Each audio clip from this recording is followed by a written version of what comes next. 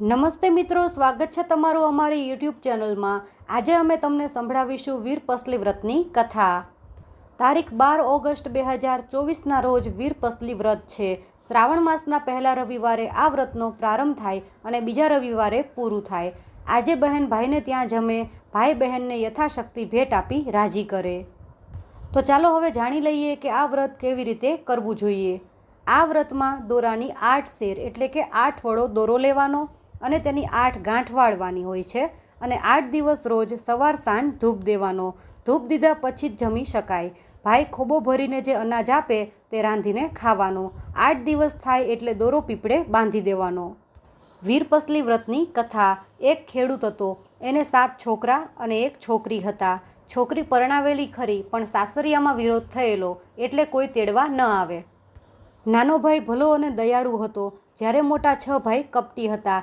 તેણે નાના ભાઈને અલગ કાઢી મૂક્યો હતો। શીલા સાસરિયામાં કંકાસથી કંટાળી નાના ભાઈ સાથે રહેતી હતી।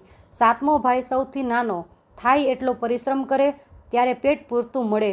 ડોસો ડોસી બહેન અને તેની સ્ત્રી બધા ભેગા રહે। ખાનારા ઝાઝા અને કમાનાર એકલો, એટલે એ નિર્ધન જ રહ્યો।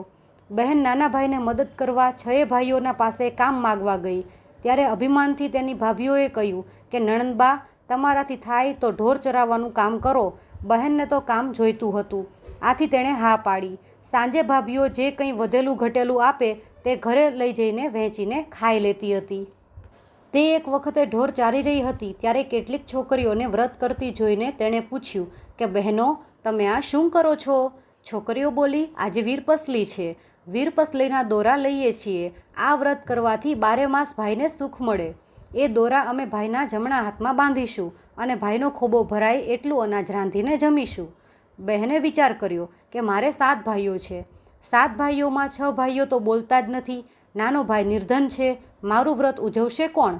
તોય એ દોરો લેવા બેઠી।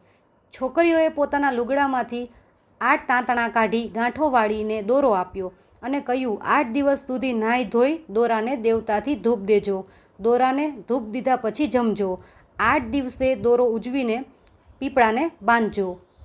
બહેન તો દોરો લઈને આવી અને માતાને કહેવા લાગી, માં, આજે તો મેં વીરપસલીનો દોરો લીધો છે, ચૂલામાં દેવતા ઠારશો નહીં। માં કહે, સારું। આ વાત 6 ભાભીઓ જાણી ગઈ। ભાભીઓના મનમાં તો ઝેર ભરેલું હતું, એ તો ચૂપચાપ આવીને ચૂલામાં પાણી રેડી ગઈ, દેવતા ઠરી ગયો। બહેન તો નદીએથી નાહીને આવી, દોરાને ધૂપ દેવા દેવતા લેવા ગઈ, ત્યાં જુએ છે તો ચૂલામાં પાણી જ પાણી। એને થયું કે અવશ્ય આ ભાભીઓના જ કામ છે। એ પછી તો એ હંમેશા સીમમાં દેવતા લઈને જવા લાગી। સીમમાં જઈને એ દોરાને ધૂપ દે અને ગાય માતાને વાત સંભળાવે। એમ કરતાં કરતાં 8 દિવસ પૂરા થયા। આજે વીરપસલીનું ઉજવણું કરવું હતું એટલે તેણે માને કહ્યું, માં, આજે તો મારે વ્રતનું ઉજવણું કરવું છે, ભાઈ જે આપશે તે જ જમીશ। એ તો ભાઈઓને ત્યાં ગઈ અને પૂછ્યું, ભાભી, મારા ભાઈ ઘરે છે ને? ભાભી છણકામાં બોલી, તારા ભાઈને તું જાણે, હું શું જાણું? બહેન તો ત્યાંથી ચાલી નીકળી, બીજા ભાઈને ઘરે ગઈ, ત્રીજા ભાઈને ઘરે ગઈ, એમ 6 ભાઈઓના બારણે જઈને પાછી ફરી। છેવટે એ નાના ભાઈને ત્યાં આવી ને ડૂસકું ભરતા પૂછ્યું, ભાભી, મારા ભાઈ ક્યાં છે? નાની ભાભીએ નણંદબાને બાથમાં લીધા, માથે હાથ ફેરવીને કહ્યું, બહેન, હું જાણતી હતી કે મોટેરા તો બોલશે પણ નહીં। એણે બહેનને કહ્યું, તમારા ભાઈ હમણાં જ ખેતરે ગયા છે, માંડ પાદરે પહોંચ્યા હશે। બહેન ત્યાંથી દોડવા લાગી, પાદરે જઈને જુએ તો ભાઈ તો ઘણા છેટે દેખાય। એણે સાથ દીધો, ભાઈ, વીરપસલી। ભાઈ તો ખેતર પાસે પહોંચેલો એટલે બહેનનો સાદ સાંભળીને ઊભો રહ્યો। બહેનની વાત સાંભળીને ભાઈ બોલ્યો, અરે રે બહેન, હું તો તને શું આપું? મારી પાસે છે શું? ભાઈ, તમે જે આપશો તે હું 1.25 લાખનું ગણીને લઈશ, બહેન બોલી।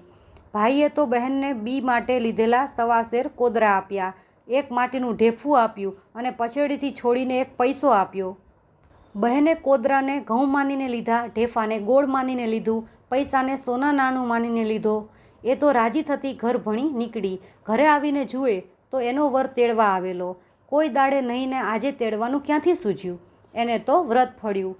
જમાઈ બોલ્યો, હું તો તેડવા આવ્યો છું, આજને આજ મોકલો, હું તેડીને જ જઈશ। સાસુ કહે, એવી ઉતાવળ શી છે? ઘણા દાડે આવ્યા છો તો આજનો દાડો રહી જાઓ, કાલે જજો। જમાઈએ હઠ પકડી, ના, હું તો આજે જ તેડીને જઈશ। સાસુએ દીકરીને વળાવવાની ગોઠવણ કરવા માંડી।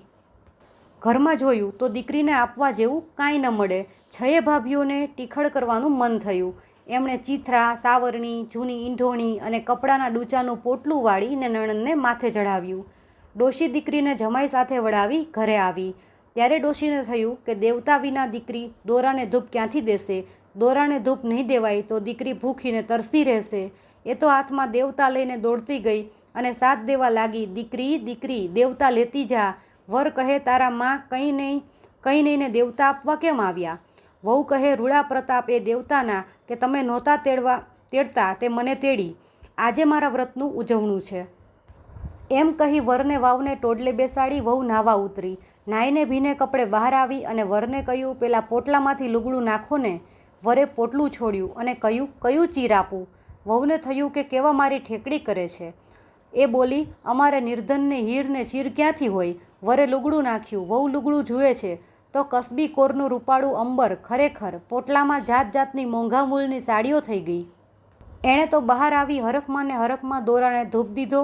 એના મનમાં થયું કે પૈસો આપું તો એ પાસેના ગામમાંથી સીધું લઈ આવે. છેડેથી પૈસો છોડીને જુએ છે તો સોનાનું નાણું. ઢેફું જુએ છે તો ગોળ થઈ ગયો. કોદરા જુએ છે તો ઘઉં થઈ ગયા. એના આશ્ચર્યનો પાર રહ્યો નહીં. એણે સોના નાણું આપી પોતાના સ્વામીને સીધું લેવા મોકલ્યો. ત્યાં તો વાવની પાસે મોટી હવેલી થઈ ગઈ. સીધું લઈને વર આવ્યો. વહુને 7મા માળના ઝરૂખામાં બેઠેલી જોઈ તેને નવાઈ લાગી. વર તો ધીમે ધીમે મેળીએ ચડ્યો. બંને જણે પેટ ભરીને વાતો કરી. વહુએ રસોઈ કરવા માંડી, પણ જ્યાં ખોદે ત્યાં સોનું જ સોનું. તેણે ધરતી માતાને પ્રાર્થના કરી, હે ધરતી માતા, એકલા સોનાને હું શું કરું?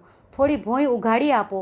ત્યાં તો ચૂલો થાય એટલી ધરતી ઉઘાડી થઈ ગઈ. વહુએ રસોઈ કરી. બંને જણા જમવા બેઠા. જમી પરવારીને વાતે વળગ્યા અને ત્યાં જ રહેવાનો નિશ્ચય કર્યો. એમને તો ખેતીવાડી વણજ વેપાર ચાલવા માંડ્યા. થોડા વર્ષો વિતાવ્યા ને વહુના પિયરમાં દુકાળ પડ્યો. 6 ભાઈ ભિખારી થઈ ગયા. ડોસો ડોસી 7 દીકરા અને 7 વહુઓ પેટિયા માટે પરગામ જવા નીકળ્યા. બધા ચાલતા ચાલતા દીકરીની હવેલીએ આવ્યા. મોટી હવેલી જોઈને કામનું પૂછવા લાગ્યા. 7મે માળેથી દીકરીએ પોતાના ભાઈઓ અને મા બાપને ઓળખ્યા અને તેમને પોતાને ત્યાં રાખ્યા. 6 ભાઈઓ અને 6 ભાભીઓને વેતરાનું કામ સોંપ્યું. તગારા, કોદાળી ને ઈંઢોણી આપ્યા. નાના ભાઈને અને નાની ભાભીને કશું કામ કરવાનું નહીં અને 2 વાર જમવાનું. ડોસો ડોસી છોકરા રાખે ને પ્રભુ ભજન કરે. એક દિવસ બધા સાથે જમવા બેઠા. બહેને 6 ભાઈઓની થાળીમાં સોનાના ટુકડા મૂક્યા, 6 ભાભીઓની થાળીમાં રૂપાના ટુકડા મૂક્યા અને નાના ભાઈને લાપસી પીરસી. 6 ભાઈઓ અને ભાભીઓ જુએ છે તો બહેનને દીઠા અને તેમની આંખો ઉઘડી ગઈ. પોતાની બહેનને દુઃખ દેવા માટે બધા પસ્તાવો કરવા લાગ્યા. એમની આંખોમાં પાણી વહેવા લાગ્યું. બહેનને દયા આવી. બધા ભાઈઓને એક એક ઘર આપ્યું અને ભાઈઓને પણ જે જોઈએ તે આપ્યું. ભાભીઓને જે જોઈતું હતું તે આપ્યું. બધા આનંદમાં રહેવા લાગ્યા. જેવું બહેનને વીરપસલીનું વ્રત ફળ્યું એવું અમને ફળજો.